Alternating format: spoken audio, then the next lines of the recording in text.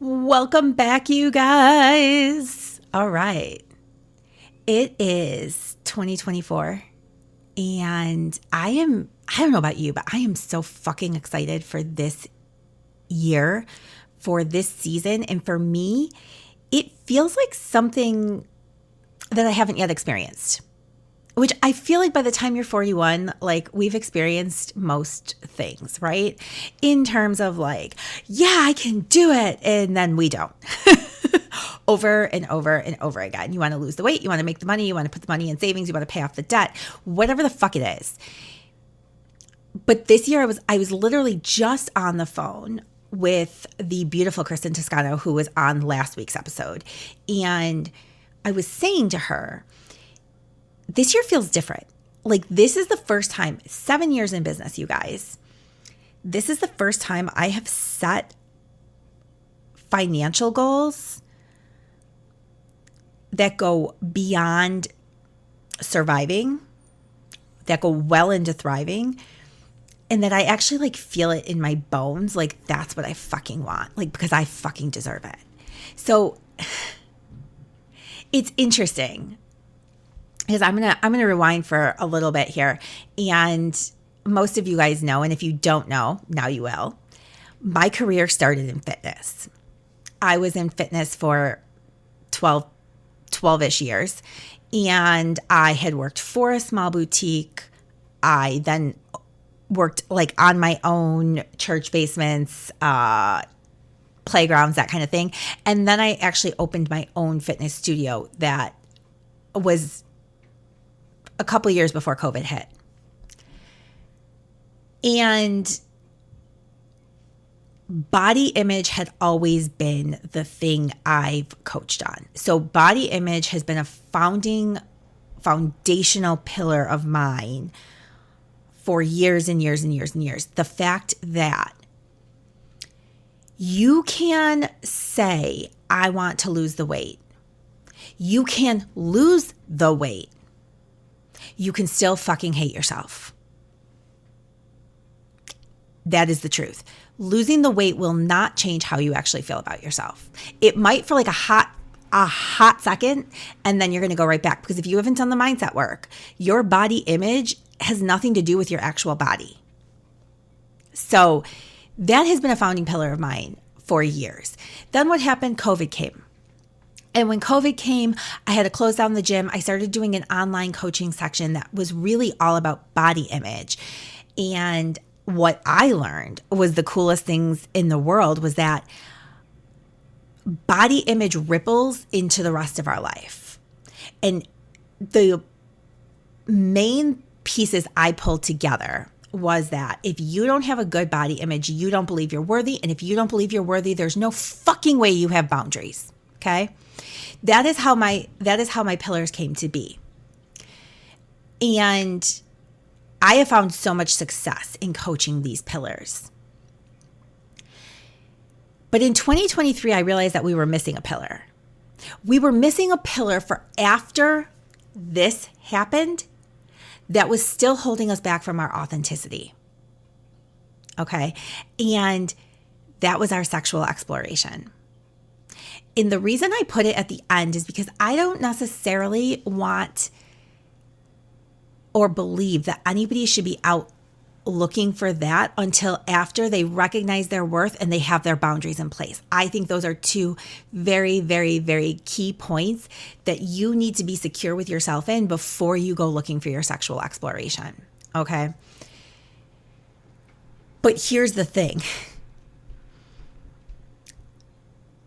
I don't even know if I set out last year to find sexual exploration. I set out last year to figure out who the fuck I was, what it is I want in this world, what is my life that I want to look like, what am I trying to build, what kind of mom do I want to be, who the fuck am I?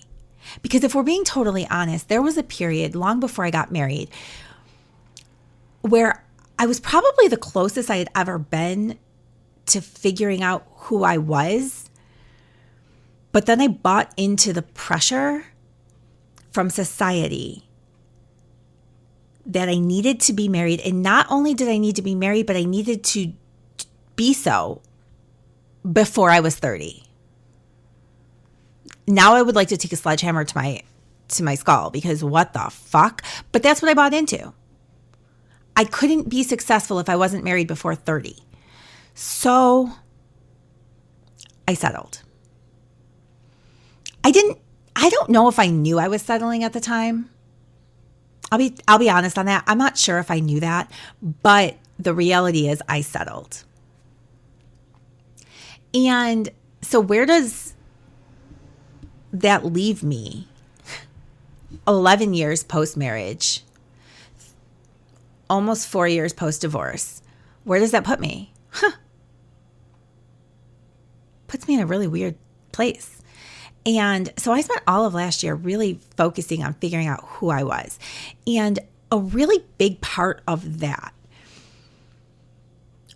was really looking at who was in my life, the people I was interacting with.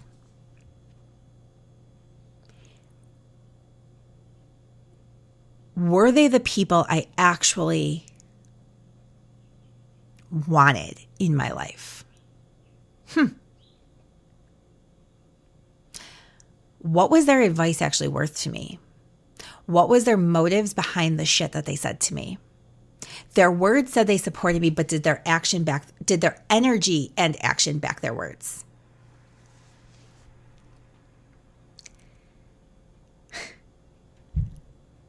Wow. I was a slow learner in this one, guys. I hope, above all hope, that you are not as slow at this as I was. But at the end of 2023, I officially broke off ties with people who've been in my life longer than anyone else. Family, siblings, aunts, cousins, best friends since we were in daisies.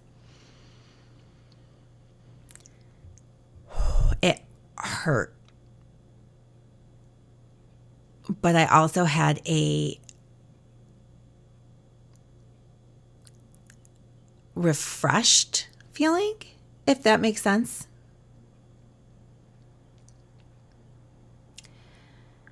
We've all heard that we are the culmination of the 5 people we spend the most time around, right? I would tell you in a previous episode, and I don't remember which one it was, but it was definitely from last year. There was an episode I did of like, who's on your board? And I talked about those 5 people, and those 5 people are on your board, right? Like, they are your board of directors for your personal life. You better fucking know who you're hiring. I had the wrong people on my board. I had some of the right people in my life, but they weren't on my board. Because here's what I've come to realize this year. It's not about who you're actively, or I should say, it's not only about who you're actively going back and forth and interacting with, right? But it is also about whose energy you are absorbing. I had the energy of several people who had been in my life for many, many, many, many, many years. And their energy did not support what I was doing, who I was, or where I was going. And it became time that I knew I needed to sever those ties. Every single one of them would tell me they want me to succeed. But then the way that they challenged me would show otherwise. So here's the thing.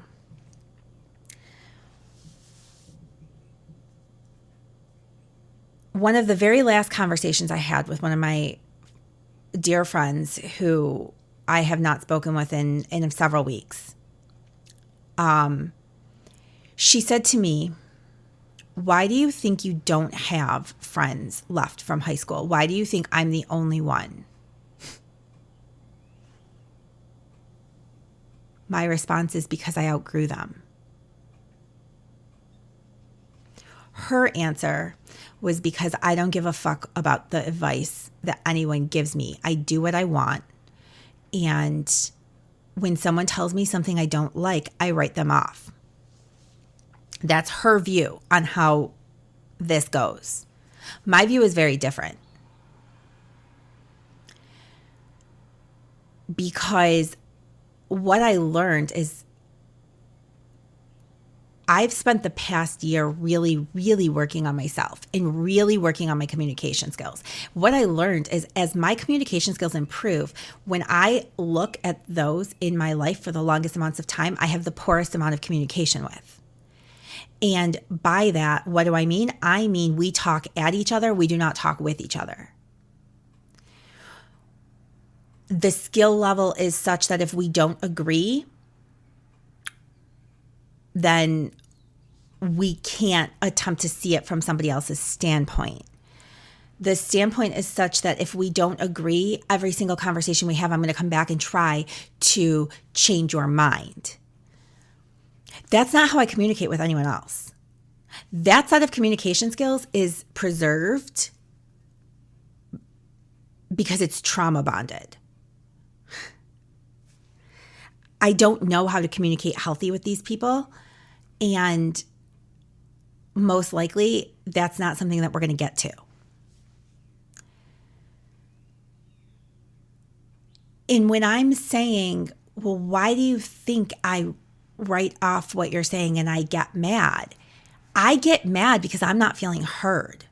I get mad because nobody is taking the time out to say, I don't get it, but clearly you feel really passionate about this. So you should do that. That's not how these conversations are going.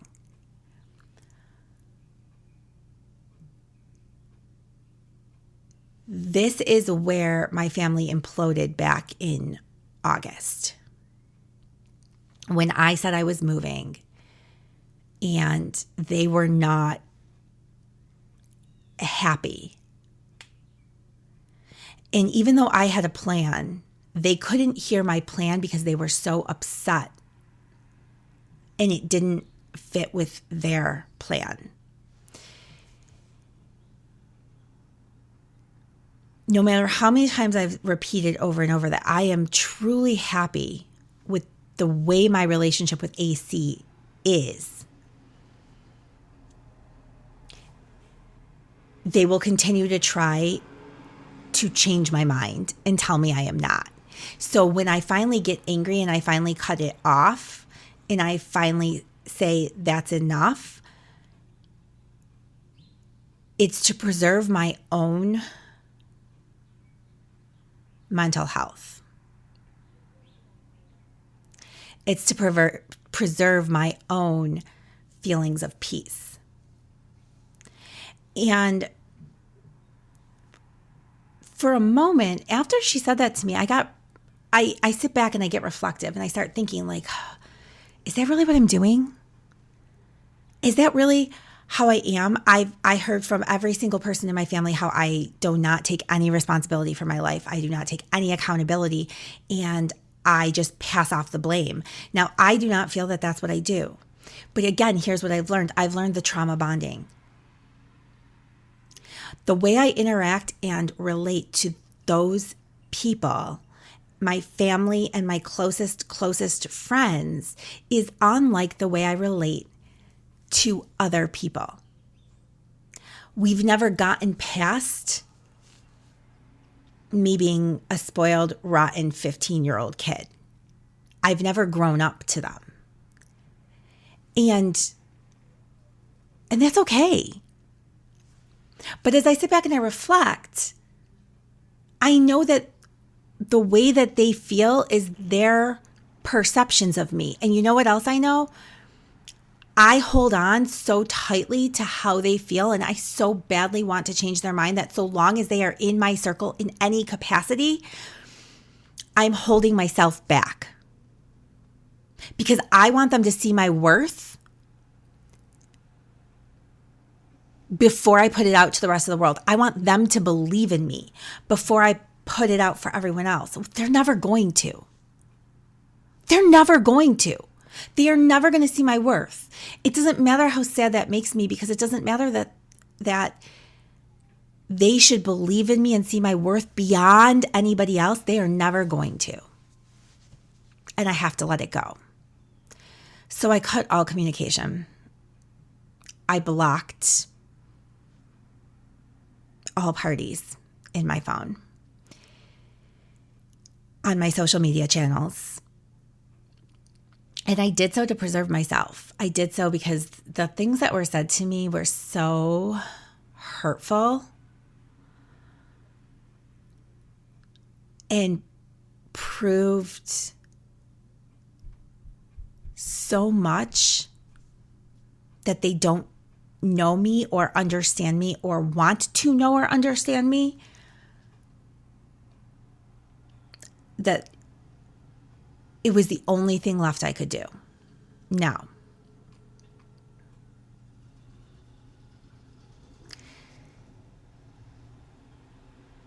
why is that so important? Because I am going into this year with a very small group of people in my corner, with a very small group of people who I turn to.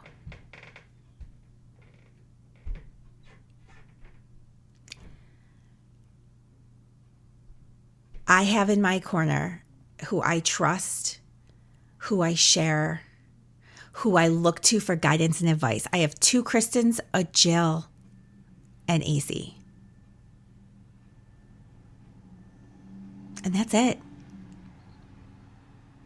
And I will tell you this, when I look at their lives, when I look at their businesses, when I look at who they are as people, who they are working to become, each and every one of them has a hand up on me in one or more than one ways. Each and every one of them gives me something to strive for. It's a beautiful thing. And the reason this is playing so prevalent in my mind right now is because I had seen a inspirational post on a friend's page. And it said, make sure that your circle includes people who will tell you no. Are you sure? Have you thought about it this way? That was inappropriate. We have to have people in our circles who will push back, who will challenge, and who will therein make us better, all from a place of love. So those were all the same things that my family was telling me, right? But they weren't telling it to me from a place of love. They were telling it to me from a place of misunderstanding, frustration, jealousy, wanting me to fit in with the crowd. They weren't telling it to me after making me feel seen and validated. My 2 Kristens, my Jill, and my AC, each and every one of them, I feel seen, I feel heard, I feel validated. I feel that there is full compromise on both ends. What a beautiful thing that is, to have a relationship that is full give and take.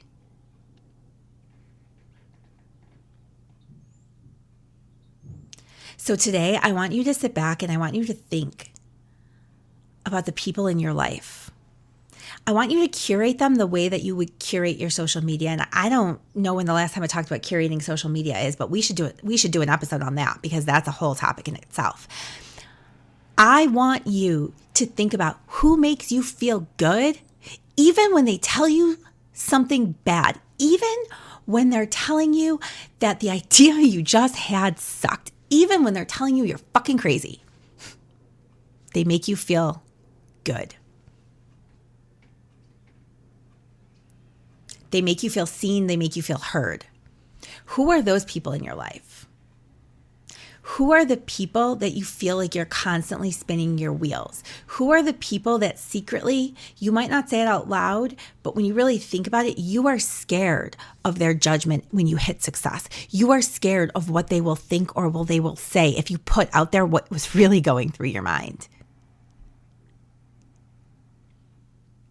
And I want you to think about what level you need those relationships to be at.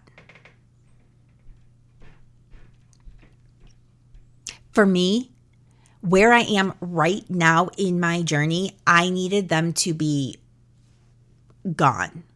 Is it forever? I don't know. But for right now, I can't have a little bit. I can't have it sprinkled in and throughout because I'm not solid enough yet there. I'm still figuring it out. Right? In time, maybe in time, like holidays and stuff will be fine. But right now, today, it's not. And I have to protect me. I still have a lot of anger that until I can figure out how to let go of my anger, until I can figure out what I need from those relationships to keep myself feeling healthy and safe, I need it to be over. And that's okay. Because for the first time in 41 years, I am doing what I fucking need. With no apology. None. I refuse. What do you need? Who do you need to minimize contact with? Who do you need to stop contact with? Who do you need more contact with? Think about it. Think about whose energy, even if they're not saying any words, whose energy is draining you, even when they're not around. Who messages or calls you, and when you see it, you're like, oh, that's how you know. Stop. Stop it now. Choose you. All of this, everything around the people in our life, that comes down to our worthiness and our boundaries. That's pillars 2 and 3.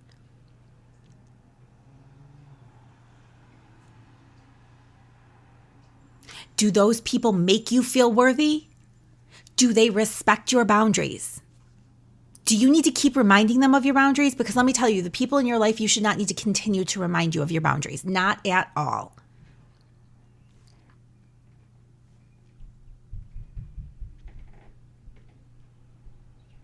Think about it. Meditate on it. Put it on paper. And then think about what you need to do to make the changes that you deserve. Because let me tell you, I am going into this year with completely different feelings than I've ever had in the past. And 98% of those feelings come back and relate back to the fact that I have cut out the dead energy in my life. And I fucking deserve it. And so do you. So on that note, go sparkle.